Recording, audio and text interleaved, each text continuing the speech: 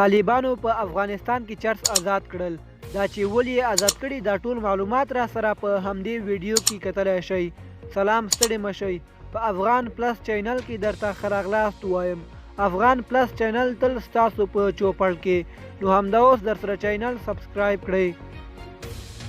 د طالبانو د کورنیو چارو وزارت ویان قاري سید خوستي وایي چې د چرسو د بوټو د قرارداد په اړه له استرالیایي کمپنۍ سره نه بلکې له یوې جرمني کمپنۍ سره خبرې شوې دي.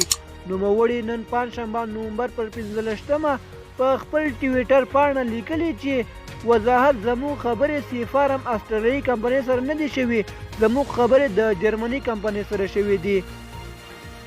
د سی فارم کمپنۍ سره د چرسو د اخیستو نه بلکې د بنګو د بوټي د اخیستو توافق شوی چې د چرسو تر رسیدو مخکې بوټي کمپنۍ باسي.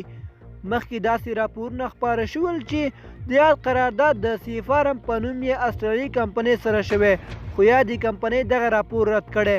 د جرمني کمپنۍ تر دې مهاله په دې اړه څه نه دي ویلي. دوستانو، زموږ د نن ورځې خبر تر همدې ځایه و.